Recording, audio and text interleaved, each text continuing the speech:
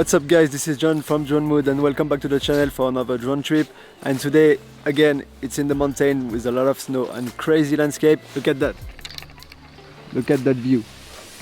So let's prepare the drone and put this bird in the air. Let's go.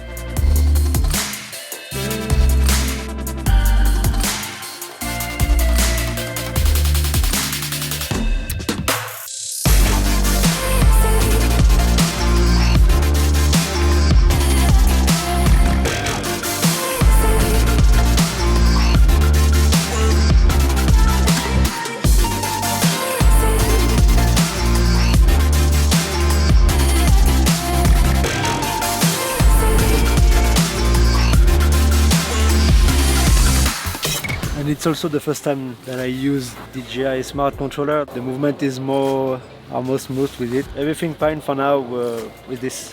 And now I want to make an hyperlapse, and that's why I put this filter from PolarPro. It's an ND256. It's the best during the day if you want to have some blur during your hyperlapse. I don't have chance today because there is no cloud around me, not like the last video. I'm gonna do my best to make a nice hyperlapse with this filter.